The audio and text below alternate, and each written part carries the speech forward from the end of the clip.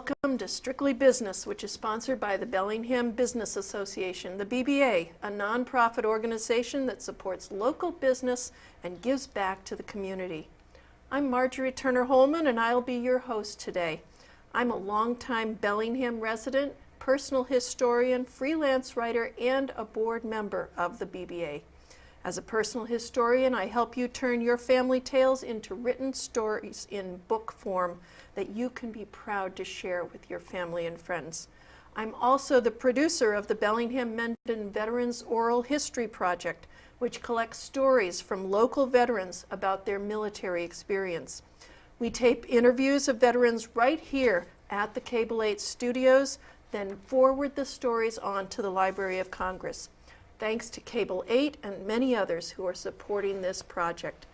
Today's guests are Bernadette Rivard, the director of the Bellingham Public Library, and Gopi Patel of Aloha Math. Now, before we get started, I wanted to provide a brief recap of recent BBA events. This past month, the BBA met at Lowell's Restaurant in Mendon and heard about several area nonprofit organizations, the Bellingham Educational Foundation, Alternative Printing, and Mass Save. To get more details about this meeting, go to the Bellingham Bulletin in the November edition, coming out November 1st. Welcome, Bernadette and Gopi. Nice to be here. Nice to be here. Thank you for being with us on this segment of Strictly Business. And why don't we get started by telling us a little bit about your background, how you got started in your work, and what you love about it. Gopi, would you like to start? Sure, it'd be a pleasure. I started getting involved in teaching many moons ago when I got out of college. I actually taught at the Children's Museum, and I started teaching art and science to kids in communities and in schools. And that's progressively just led to me having an after-school program where I'm teaching math, reading and writing, actually. So, it's great to come back into a full circle. I left it for a little while, and now I'm back. So it's really nice to be there with kids, and just this is my thing that I really enjoy doing, is being around kids and teaching them. So I'm looking forward to, many years of doing this, hopefully. Wonderful. And Bernadette, how about you? Basically, before I became a librarian, I actually worked in nonprofit management. In the late 90s, mid to late 90s, I saw the internet exploding and how it was going to change how people accessed information. And I was volunteering at the Franklin Library actually as an English tutor, helping a woman learn English. And I saw how libraries could have a role in this future of information finding. And I really just thought I could be a librarian. And I'm almost embarrassed to admit that at that point I didn't know you needed a master's degree to do it. So I went back to school, got my master's. And after working through a number of academic and public libraries in 2008, I became the library director here in Bellingham. And I love my job. I love working with the staff to make programs and services for the people of Bellingham that really make our community more vibrant. Yay. Well, you do a great job. It's a fantastic library. We're there all the time. So, well, you started talking about you having to go back to school. So what training did you receive that helps you in your work?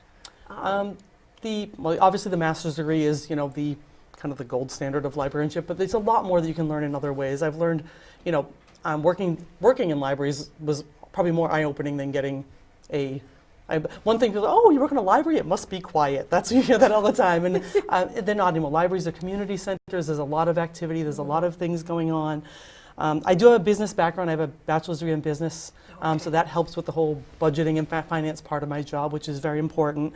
Yeah. One of the things that I always say that really helped me in high school and college, I worked in a grocery store, and you don't learn how to do retail or deal with people any better than working in a grocery store. So even that experience from... Meaning you had to learn how to get along with people? Get along with people and serve customers, that whole customer service thing. Yeah. Retail is, I think sometimes undervalued as to how people get great customer service skills and how that can happen in a retail environment. Wonderful. And Gopi, what training did you get that you end up in teaching? How? So we're a global organization. So, there's chapters all around the world and in the United States.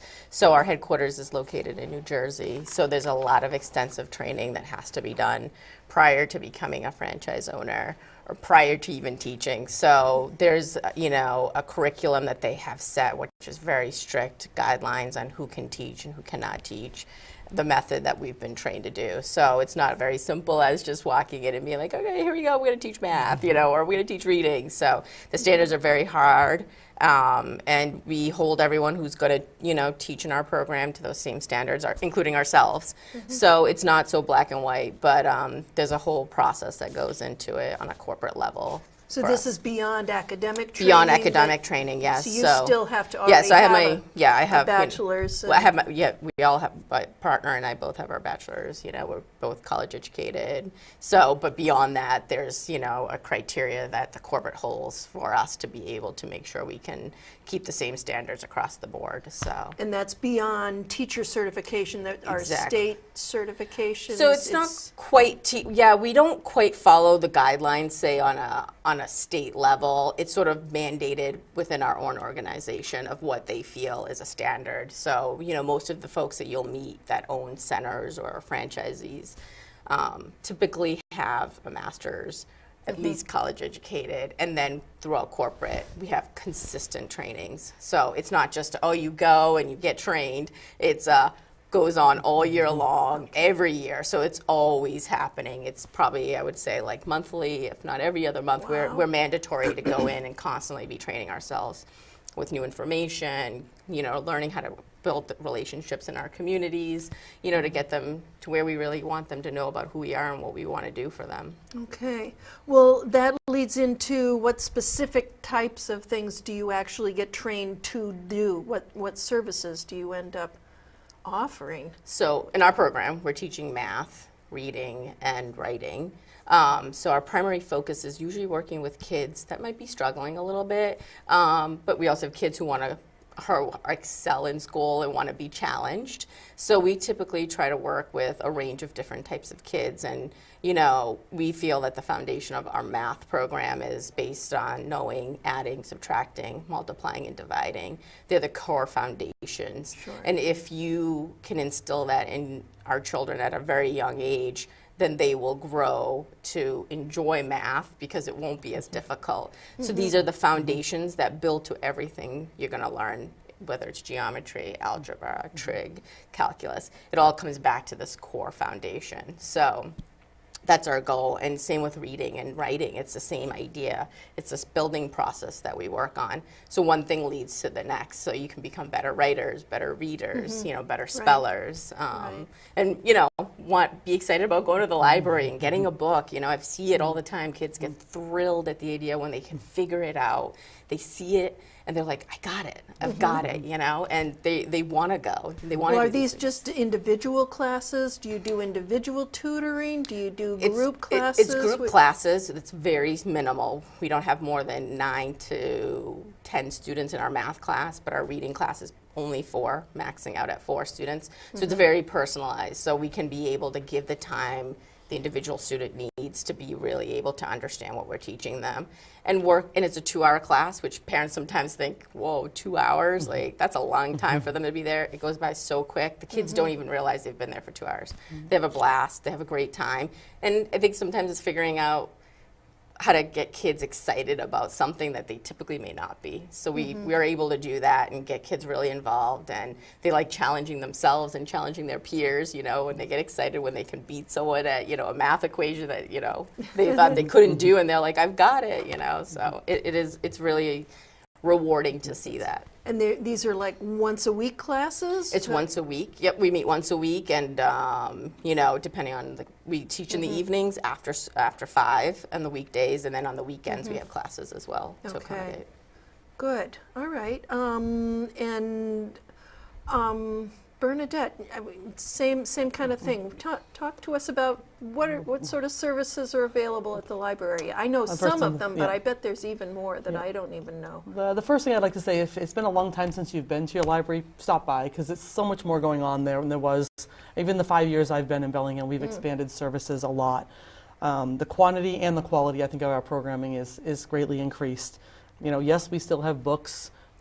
Some people don't know we have DVDs, we have books on CD, video games, music CDs, newspapers, magazines, access to electronic books. If you have a Nook or a Kindle or an iPad, you can check out electronic books from your library without actually physically coming to our building. It's something you could do at home through our website. We have other electronic resources. You can take adult continuing ed courses, non-credit courses in anything from learning Excel to, I don't know if there's a basket weaving, but they're those kinds of, those kinds of range of courses. I think I usually say accounting to yoga.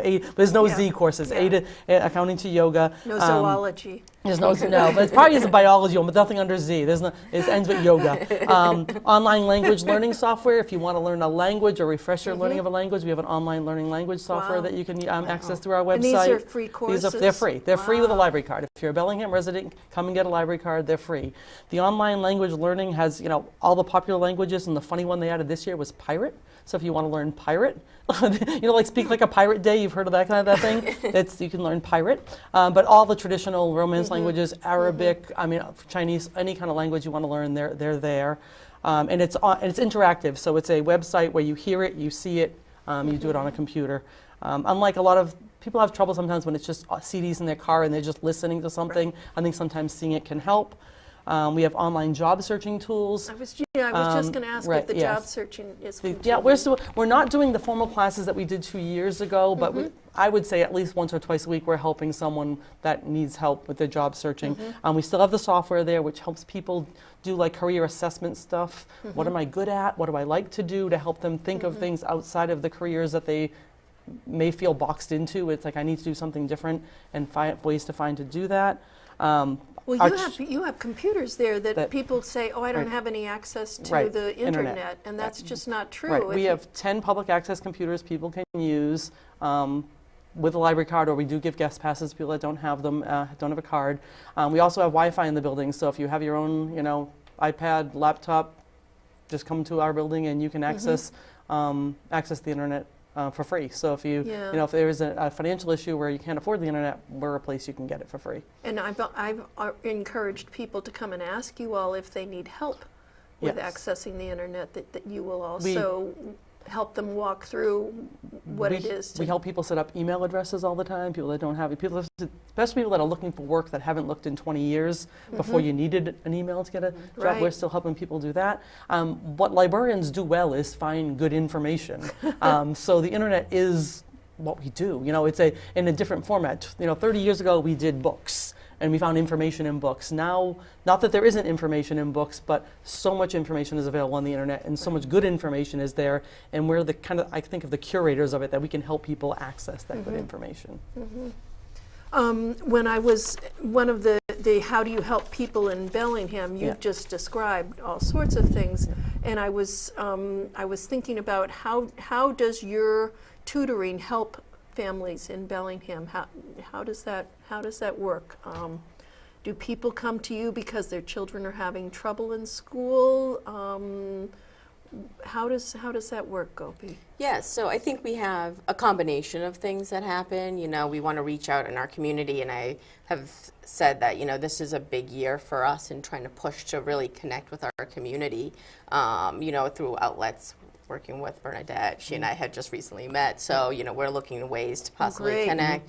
I've met some other people in the within the Bellingham community that really are involved in the same ideas and goals for our kids, and I think that that's a key component for our success. So we want to bring it back to, we have students that range, like I said before, as kids who are struggling that might need that extra help, and we provide probably the atmosphere that they need, where it's a small classroom, they get a little bit more of our attention that they may need, kind of get them through. I always say kids hit a wall, it's just helping them getting over that wall, and once they do, they go running again, and I always say that finding that wall for them and helping them climb it and get over it will be the key to their success. So we have kids who might be struggling, and there's some kids who are, just want to be challenged. We have many kids who come academically are fine, they don't, but their parents want to challenge them, they want to challenge themselves. So it's sort of a range, and we sometimes we enjoy really working with kids even that our program helps kids to focus, which is a really key thing, you know, I Right. think too. So sometimes parents come to us who feel their children can't focus in school or just get their tasks done. And that also is something we work a lot with our kids about: time management, focusing, thinking, you know, the whole process. So everything leads to the next thing, as we always say. Did I have you tell us what age children you work Oh with? yeah, so our age range is kids from 5 to 10 is Okay. our age bracket right now. We're looking to expand our program, so we might go from age 5 to maybe 13. Okay. So we're looking at possible new opportunities that might come into our program. Well, that leads into what some of the challenges are in your work.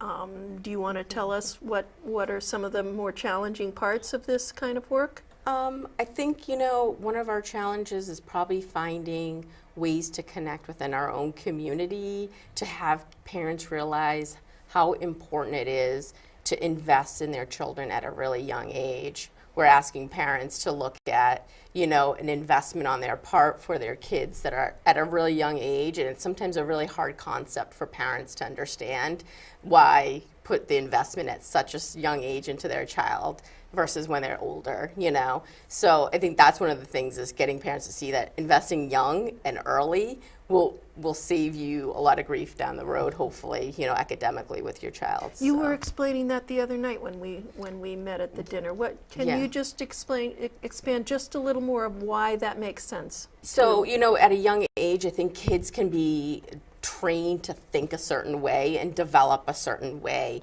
So when they get older, it gets really hard to kind of change their setting in their minds of how they've been taught something. So it takes a little, not that it's not possible, it just takes a lot longer to get there. So if you get them at a really young age, you can sort of build their blocks really strong. So if you have that opportunity when they're 5, 6, 7 to build that block and have that foundation solid, when they get to being 12, 13, 14, 16, getting into high school, they look at this as, you know, a piece of cake because the foundation has been built so nice and strong for them.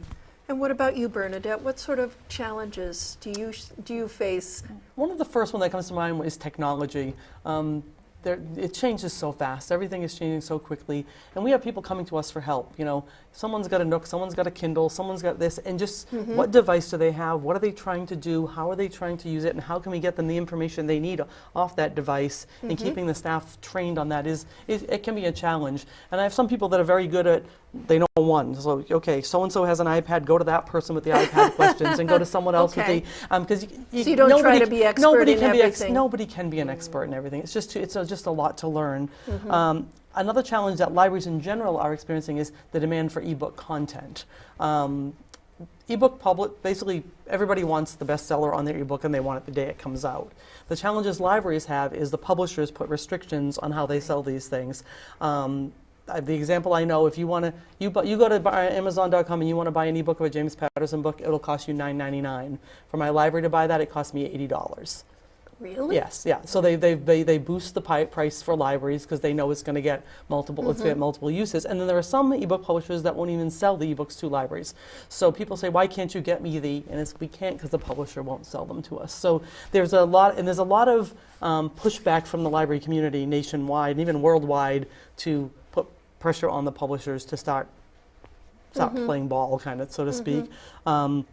But it's really hard. You know, we have one copy of that book and 9 people want it. They're in a wait list just like they are for traditional books. But a traditional book, we can buy another copy very easily, and it doesn't cost $80. It might cost, $20.